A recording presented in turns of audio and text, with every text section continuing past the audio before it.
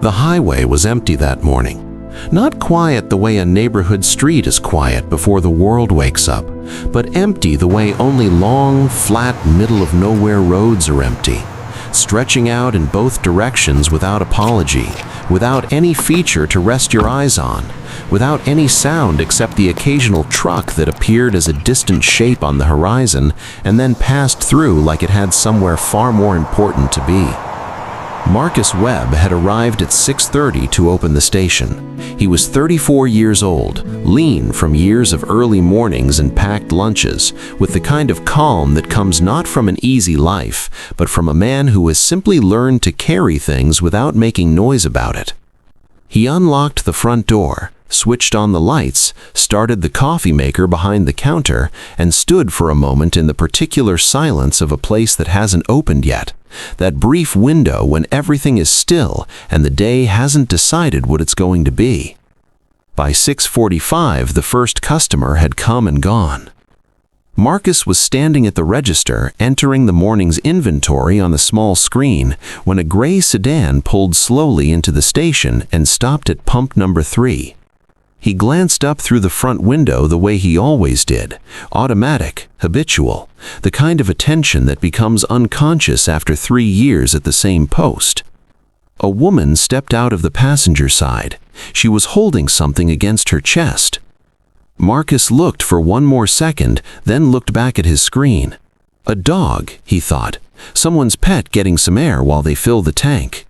He thought nothing more of it. But 40 minutes later, when he pulled on his jacket and stepped outside to restock the paper towels by the pumps and drag the trash cans to the curb, he stopped. The puppy was still there.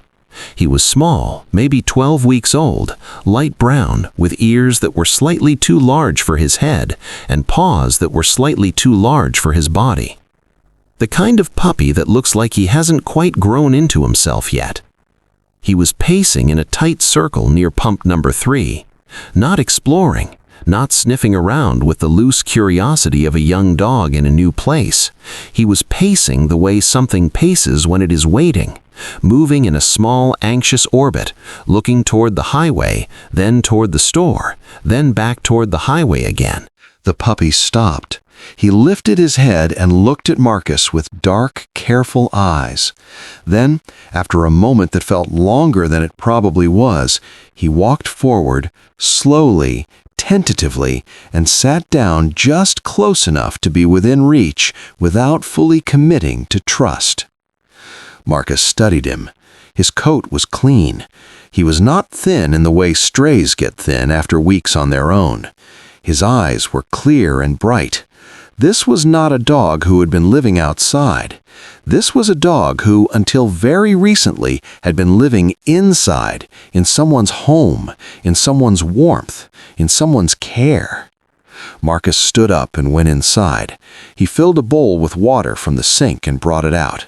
The puppy drank it fast, his small tongue working quickly, and when the bowl was empty, he sat back and looked up at Marcus with an expression that had no performance in it whatsoever, just pure, uncomplicated waiting. Something shifted in Marcus's chest. He couldn't name it exactly. He went back inside and stood at the counter for a moment without moving. Then he walked to the small back office, sat down in front of the security monitor, and rewound the morning's footage. He found the moment in less than 2 minutes. 6:47, the gray sedan at pump 3, the woman stepping out, holding the puppy against her chest, cradling him with both arms the way you hold something you want to protect. She walked to the edge of the pump island and set him down on the concrete. She stroked the top of his head once. Then she opened the car door and got back in. She did not look back, not once. The man finished filling the tank, replaced the nozzle, and walked to the driver's side without glancing toward the puppy at all. He started the engine, the car moved forward, and the puppy ran after it. He ran with everything he had, across the pump island, across the station lot, all the way to the edge of the asphalt where the lot met the highway. The car turned onto the road and accelerated and became smaller, and then was gone. The puppy stood at the edge of the lot. He watched the road for a long moment. Then he turned around and walked back to pump number 3, back to the exact spot where she had set him down. And he sat there, and he waited. Marcus sat in that back office for a long time after the footage stopped. He rewound it once more and watched it again. Not because he had missed anything, but because some things need to be witnessed twice before the full weight of them lands properly. He watched the woman stroke the puppy's head. That one small gesture, something that looked from a distance almost like tenderness, almost like she was sorry. And then the door closing, the engine, the road. Nobody forgot him. Nobody got distracted or changed their mind at the last second. They made a decision, and they drove away, and they did not look back. Marcus turned off the monitor. He stood up slowly and went back outside into the morning air. The puppy was standing near the store entrance now, his small body perfectly still, his nose pointed toward the highway, listening. Marcus understood exactly what he was listening for, the specific sound of that engine, the sound that would mean the world had corrected itself, the sound that would mean everything was going to be all right. Marcus sat down on the curb beside him. He didn't say anything. He just sat there while the highway stretched away in both directions, and the October air moved slowly across the flat land around them.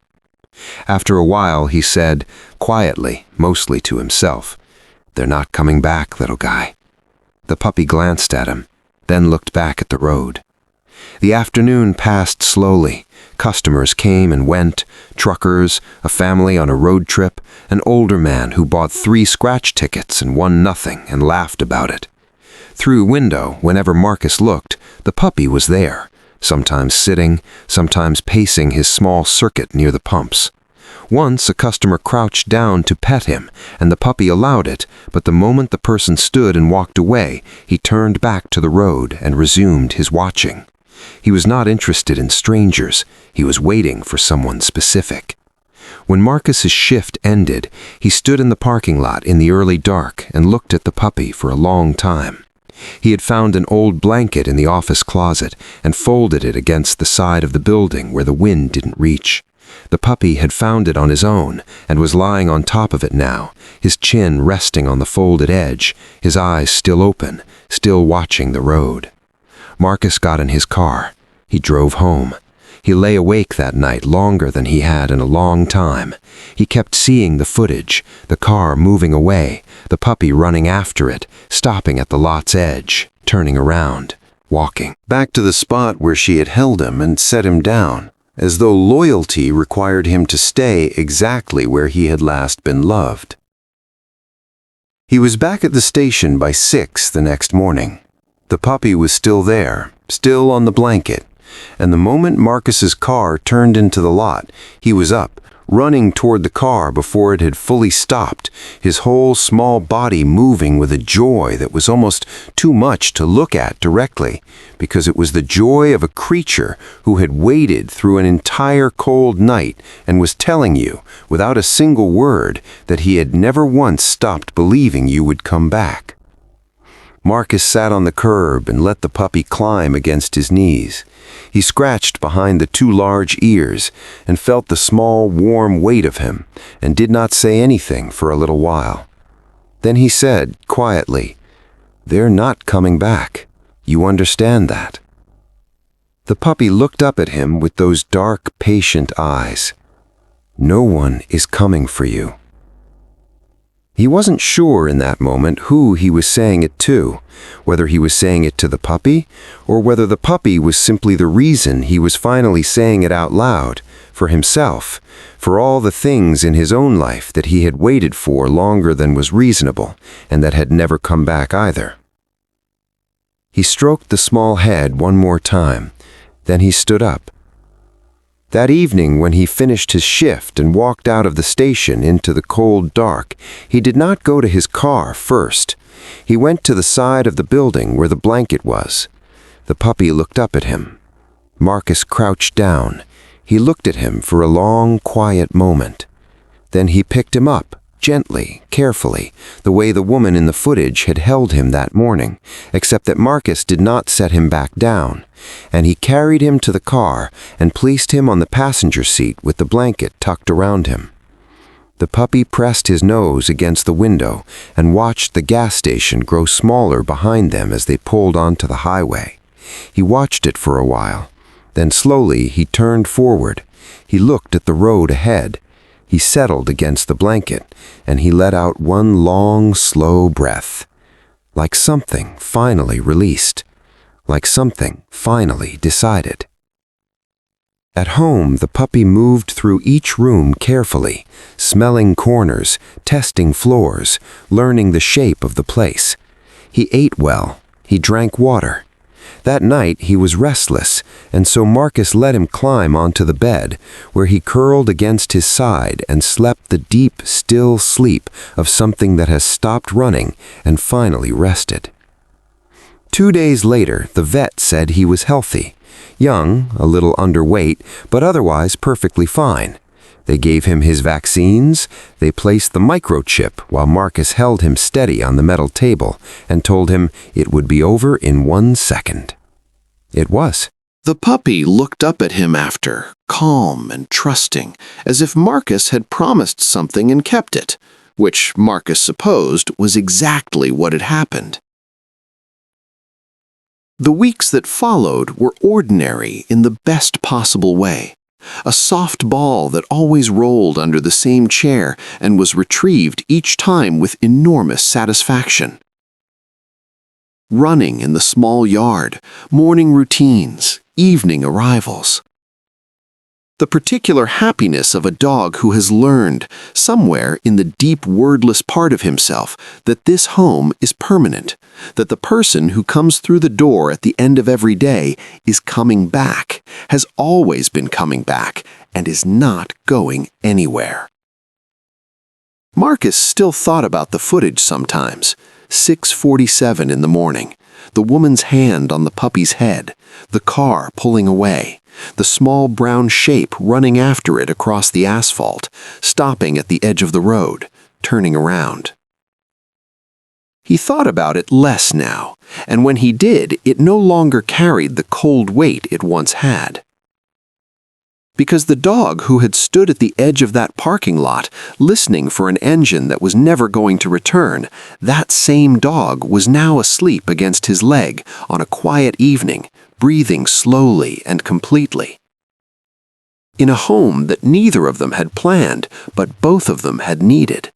And that, Marcus thought, looking down at him in the warm stillness of a night that asked nothing of either of them, that was the whole story. If this story moved something in you today, if it reminded you that being chosen by something that trusts you completely is one of the rarest gifts a life can offer, please subscribe to Silent Paws and Brave Hearts. Share this with someone who needs it. Ring the notification bell, because every week we bring you another story of a quiet heart that refused to stop loving, even after every reason to love had driven away. We will see you in the next one. This story carries real and lasting value on several levels worth holding on to. It teaches that abandonment does not define worth. The puppy did nothing to deserve being left. His story reminds every viewer, young or old, that being discarded by someone says everything about the person leaving and nothing about the one left behind. It shows the profound emotional intelligence of animals. The puppy's behavior, returning to the exact spot where he was left, listening for a specific engine, reflects the documented reality of how deeply dogs bond with their owners and how genuinely they grieve separation. This is not sentiment, it is behavioral science. It demonstrates that small acts of decency accumulate into something life-changing. Marcus did not set out to rescue anyone. He crouched down, he brought water, he checked the footage, he left a blanket, one quiet human response at a time, until one evening he simply could not leave. Compassion, this story shows, rarely arrives as a grand gesture. It arrives as a series of small ones.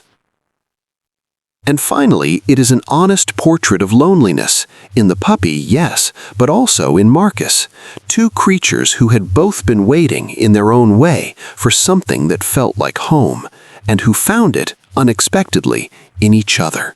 That is a lesson that belongs to every age.